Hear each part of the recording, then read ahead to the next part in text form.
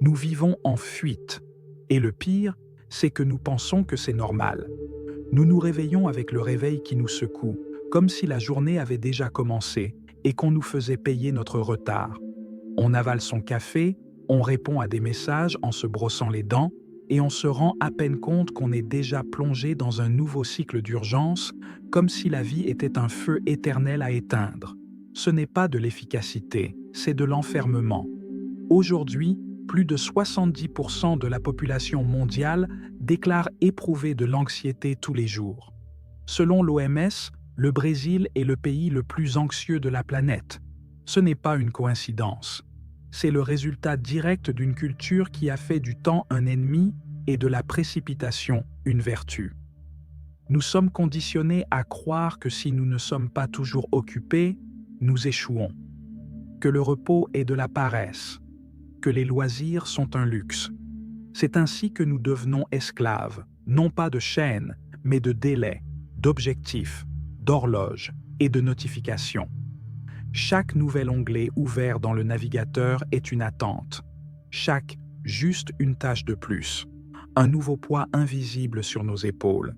Combien de fois avez-vous terminé la journée avec le sentiment que, même si vous avez fait beaucoup, vous n'en avez pas fait assez? Cette vidéo est un appel à la clarté, une carte pour comprendre comment nous sommes tombés dans ce cycle malsain, et plus important encore, comment nous pouvons en sortir. Car si nous continuons à ignorer les signes, le prix à payer sera élevé, non seulement en termes de santé mentale, mais aussi de qualité de vie, de relations, d'identité. Il y a tout un monde en dehors de cette précipitation, et il est temps de le retrouver. Il est temps de le retrouver. Comprenons maintenant comment tout cela a commencé, car ce n'est qu'en comprenant les racines du problème que nous pourrons l'éradiquer. Le sentiment d'urgence permanente ne vient pas de nulle part. Il plonge ses racines dans un processus historique silencieux, mais brutal, la transformation du temps en marchandise. Avant la révolution industrielle, le rythme de vie était dicté par le soleil, les saisons et les cycles naturels. Ce n'était pas l'horloge qui contrôlait l'être humain, mais l'inverse. Mais tout a changé lorsque le travail a cessé d'être lié à la terre et a commencé à être régi par des machines. Avec l'industrialisation, le temps a commencé à être mesuré en termes de productivité. Chaque minute a un prix. Ce qui était la vie est devenu une feuille de calcul.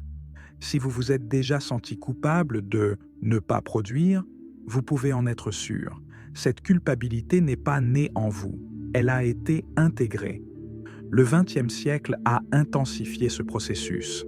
Les progrès technologiques, les méthodes scientifiques de gestion du travail, le culte de l'efficacité, les bureaux, les horloges et les horaires serrés ont fait leur apparition.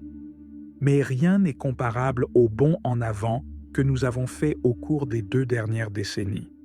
L'ère numérique n'a pas seulement raccourci les distances, elle a aussi détruit toute frontière entre vie personnelle et vie professionnelle.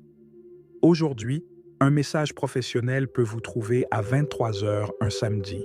Un courriel peut gâcher votre dimanche. Et le plus cruel, c'est qu'on s'y habitue. Réseaux sociaux, applications de productivité, réunions en ligne, délais serrés. Le smartphone, qui pourrait être un outil de liberté, est devenu une entrave de poche. À chaque vibration, une interruption. À chaque défilement, une demande silencieuse que vous devriez faire quelque chose de plus important. Cette précipitation que nous ressentons n'est pas seulement un rythme, c'est une idéologie, une façon de penser et de vivre qui associe la valeur humaine à la rapidité d'exécution des tâches. Nous sommes la seule espèce qui éprouve de la honte à s'arrêter. Cela en dit long sur notre déconnexion avec nous-mêmes. Et lorsque le temps devient l'ennemi, tout ce qui nous entoure s'effondre. Les relations deviennent superficielles, l'écoute devient apathie, le toucher devient distraction. Même le silence devient une nuisance. S'arrêter devient presque un acte de rébellion. Mais comment savoir si nous sommes déjà pris au piège de cette logique? Comment savoir si la culture de la hâte nous a déjà colonisés de l'intérieur? Lorsque la précipitation devient la norme, les symptômes ne se manifestent pas immédiatement, ils chuchotent. Ils se manifestent par de petites tensions qui deviennent peu à peu routinières, se réveiller fatigué, même après des heures de sommeil, se sentir coupable de s'arrêter quelques minutes dans la journée, avoir du mal à simplement prendre un repas sans pianoter sur son téléphone portable, ce sont les premiers signes d'un esclavage silencieux, et peut-être le plus dangereux de tous, celui qui se produit à l'intérieur de l'esprit. L'anxiété permanente, par exemple, est une vieille habitude pour la plupart des gens, mais tout le monde ne se rend pas compte qu'elle ne provient souvent pas de grandes tragédies, mais de la pression quotidienne liée au fait de devoir tout gérer en permanence. Vous ouvrez les yeux le matin et votre cœur s'emballe. Ce n'est pas de la peur, mais de l'anticipation. Votre esprit est déjà occupé par le courriel, la réunion, la facture à payer demain, le projet qui a été retardé. Le corps est au lit, mais le cerveau court un marathon. Un autre symptôme courant est la difficulté à vivre dans le présent. Nous nous précipitons toujours vers le prochain point de la liste, comme si la vie était une suite de tâches et non une expérience à vivre. Même les moments de loisir deviennent des objectifs. Je dois regarder cette série, je dois lire ce livre, je ne peux pas manquer cet événement. Le repos devient un autre engagement. C'est épuisant et profondément inhumain. Et il y a un élément encore plus subtil, la comparaison constante. Sur les médias sociaux, la précipitation des autres est déguisée en succès. Nous voyons des gens afficher des routines productives, des réveils à 5 heures du matin, des repas sains, des séances d'entraînement intenses, des délais respectés, des objectifs atteints. Sans nous en rendre compte, nous commençons à penser que nous devrions en faire autant, tout faire, tout le temps. Le problème, c'est que cette comparaison est injuste, car ce que l'on voit sur le web, c'est la vitrine, pas les coulisses. L'esclavage de la précipitation nous prive également de profondeur.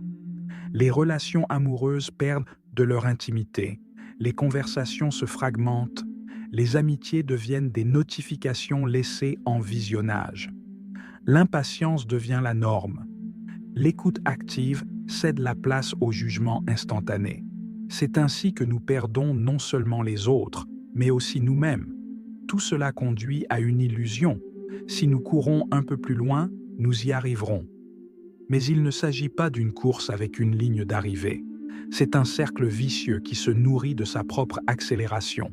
Cependant, il y a un élément crucial dans cette prison qui n'a pas encore été exploré.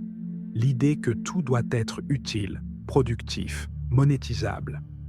Quand avons-nous commencé à croire que notre valeur dépendait de la quantité de ce que nous produisions? L'idée que nous sommes ce que nous produisons est l'un des plus grands mensonges que nous acceptons sans poser de questions. Ce mythe moderne, selon lequel nous pouvons et devons toujours en faire plus, ne façonne pas seulement notre routine, mais déforme également notre identité.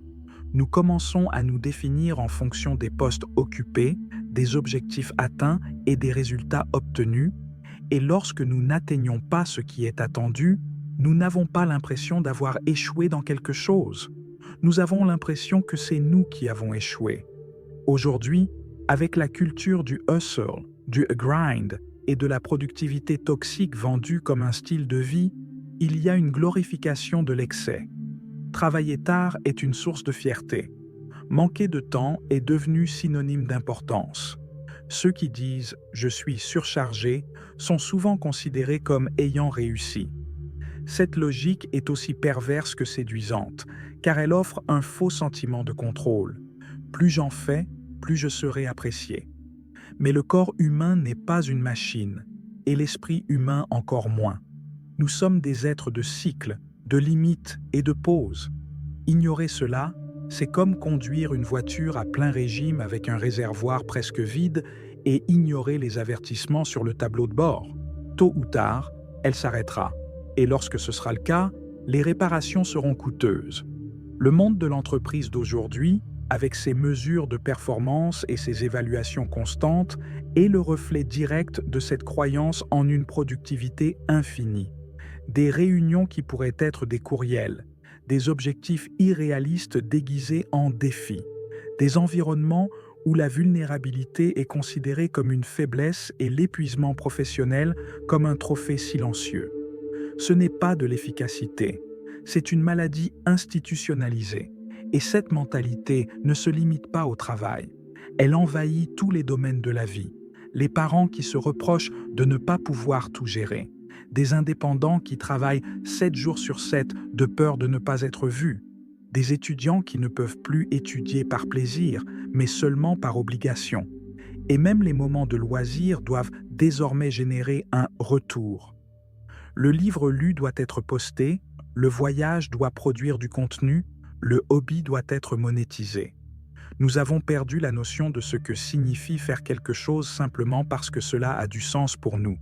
Ce qui ne génère pas de profit semble n'avoir aucune valeur. Cela nous appauvrit en tant qu'êtres humains, car il y a une sagesse à être simplement, à ne rien faire de productif, à respirer sans hâte, sans but, sans attente de retour. Dans ce scénario, le silence, qui devrait être un espace de réflexion et de présence, devient insupportable. Car là où il y a du silence, il y a de la place pour ce que nous ignorons. La fatigue accumulée, les émotions étouffées, le sens perdu.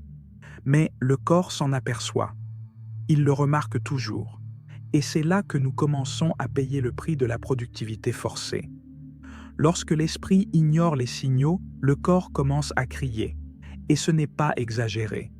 L'excès de stimuli, les exigences constantes, le manque de pause, tout cela se transforme en symptômes physiques qui deviennent de plus en plus fréquents et de plus en plus ignorés. Le mal de dos qui ne disparaît jamais, l'insomnie chronique, le mal de tête à la fin de presque chaque journée de travail, la sensation d'un nœud dans la poitrine, comme si quelque chose était toujours sur le point d'éclater. Mais il ne s'agit pas de signes isolés. Ce sont des avertissements du corps qui dit « Je ne peux plus vivre à ce rythme ». L'Organisation mondiale de la santé reconnaît désormais le burn-out comme un syndrome professionnel. Il ne s'agit plus d'une maladie rare, mais d'une épidémie silencieuse. Le Brésil est l'un des pays qui compte le plus de cas d'épuisement émotionnel liés au travail. Et le plus inquiétant, c'est qu'il ne touche plus seulement les adultes. Les adolescents et les jeunes atteignent leurs limites avant même d'entrer sur le marché du travail. Cette surcharge continue déséquilibre l'ensemble du système nerveux. La libération constante de cortisol, l'hormone du stress, génère des inflammations internes, compromet l'immunité et affecte même les fonctions cérébrales. Et le plus cruel, c'est qu'à l'extérieur, tout semble souvent aller bien. La personne continue à livrer, à se présenter aux réunions, à afficher des photos souriantes, mais à l'intérieur, elle s'effondre. La santé émotionnelle s'effondre également. Irritation constante sans raison précise, absence de plaisir, même dans les activités qui étaient autrefois une source de joie, une fatigue qui ne disparaît pas avec une nuit de sommeil, et, dans de nombreux cas, une déconnexion avec sa propre identité. La personne ne sait plus ce qu'elle aime, ce qu'elle ressent, ce qu'elle veut. Elle se contente de continuer.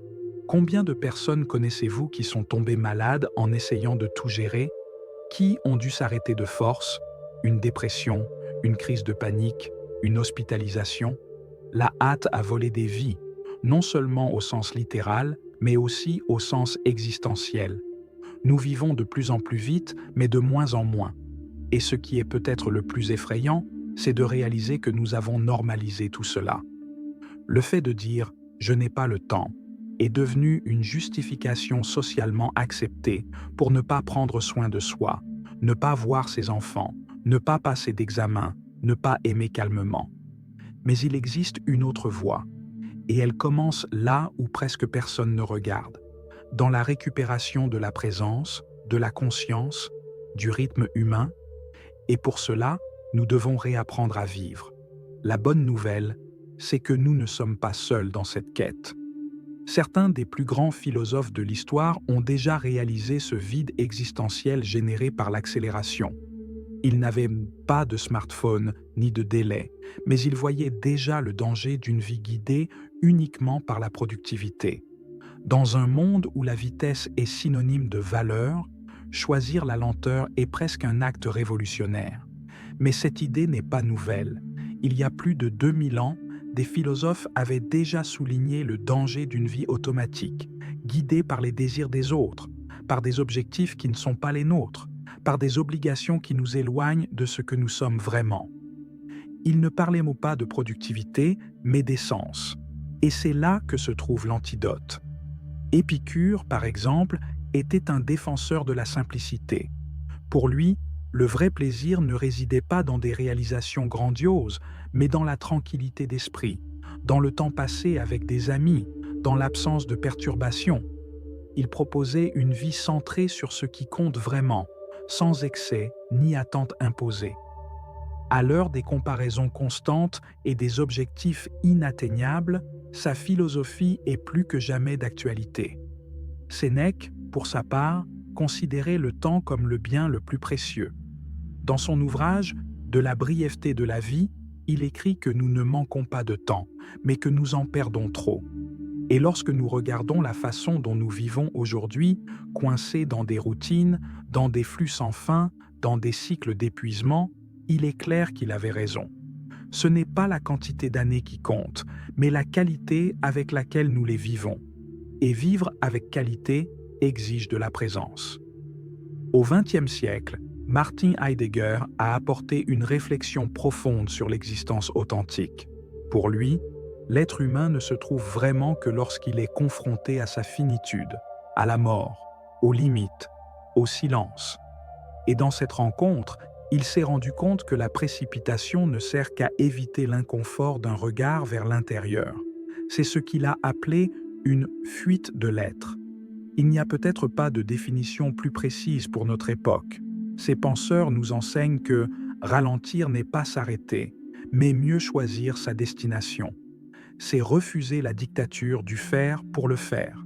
C'est vivre profondément, même si cela signifie en faire moins. Et plus encore, c'est réapprendre à écouter des autres, de soi-même, du temps. Aujourd'hui, cette philosophie peut s'appliquer à des actes simples mais puissants. Manger lentement, marcher sans but, être présent dans une conversation sans penser à la suite, refuser l'hyperconnexion, dire non aux engagements qui n'ont pas de sens, rejeter l'idée que nous ne sommes dignes d'intérêt que si nous livrons quelque chose. La vie ne doit pas être une course, et le sens réside souvent précisément dans l'intervalle entre une chose et une autre. Et lorsque nous commençons à appliquer ces idées, nous réalisons quelque chose d'encore plus profond. La lenteur n'est pas un problème, c'est une opportunité, une chance de se redécouvrir, et plus encore, de créer une vie qui a du sens, et pas seulement du bruit. Mais comment mettre cela en pratique dans un monde qui insiste sur l'accélération? Ralentir n'est pas seulement un souhait, c'est un besoin urgent. Mais pour sortir du mode automatique, il faut plus que de la volonté. Il faut de la stratégie, de l'engagement et, surtout, du courage. Car il faut du courage pour aller à contre-courant, pour dire « assez » quand tout le monde semble crier « plus ». La première clé réside dans la création de limites. L'absence de frontières entre le travail et la vie personnelle est l'une des principales causes de l'épuisement professionnel. Avoir des heures fixes pour commencer et arrêter le travail, même si l'on est indépendant ou que l'on travaille à domicile, est un acte de protection mentale. Fermer l'ordinateur à la fin de la journée n'est pas de la paresse, c'est de la santé. Le deuxième changement essentiel est de retrouver le silence. Nous vivons entourés de bruit, sons, écrans, messages, opinions. Le silence nous fait peur parce qu'il nous relie à ce que nous essayons d'éviter. Mais c'est là que se trouve la clarté. Créer des moments de déconnexion chaque jour, que ce soit le matin autour d'un café ou le soir avant de se coucher, revient à ouvrir une fenêtre à l'intérieur de soi. Sans cet espace, nous nous noyons dans la stimulation. Une autre pratique efficace consiste à programmer consciemment des temps de loisirs. Oui, c'est bien cela. Inscrire dans son agenda des moments où l'on ne fait rien. Au début, cela peut sembler étrange, voire culpabilisant. Mais peu à peu, on se rend compte que c'est dans ces espaces que la créativité s'épanouit, que le corps récupère et que l'esprit s'organise. L'oisiveté n'est pas le contraire de la productivité, elle en est le terreau. Il est également essentiel de réapprendre à dire non. Beaucoup de pressions que nous ressentons viennent de la peur de décevoir les autres. Or, vouloir plaire à tout le monde, c'est s'exposer à l'abandon. Évaluez vos engagements, filtrez vos priorités, respectez votre rythme. Le monde continuera à tourner, même si vous vous arrêtez un instant. Et vous pourrez enfin tourner avec lui, plutôt que contre lui. Enfin, reprenez contact avec ce qui vous nourrit. Ce peut être un livre lu calmement, un long bain, une conversation sans téléphone portable. Ce sont de petits gestes qui reprogramment le corps et l'esprit pour un autre type d'existence, où la hâte ne règne pas, mais où l'on se contente d'observer de l'extérieur. La bonne nouvelle, c'est qu'il n'est pas nécessaire d'attendre une panne pour changer. Vous pouvez commencer dès maintenant, petit à petit, lentement mais sûrement. Car chaque pas dans la direction opposée à la précipitation est un pas vers la liberté. Et cette liberté ne consiste pas à tout faire, elle consiste à faire ce qui compte, avec présence, avec vérité, avec âme. Nous vivons à une époque où s'arrêter semble être une erreur, où le repos engendre la culpabilité, où même les loisirs doivent être productifs. Mais le plus grand geste de courage aujourd'hui est peut-être de ralentir, de prendre une profonde respiration, refuser le rythme imposé, choisir la profondeur plutôt que la précipitation. Il n'est pas nécessaire de devenir moine ou de tout abandonner pour cela. Il suffit de commencer à observer les signes, votre corps, votre esprit, votre paix. Ils connaissent le chemin du retour, et chaque choix d'être présent, chaque décision de dire non aux excès est une reconquête de vous-même.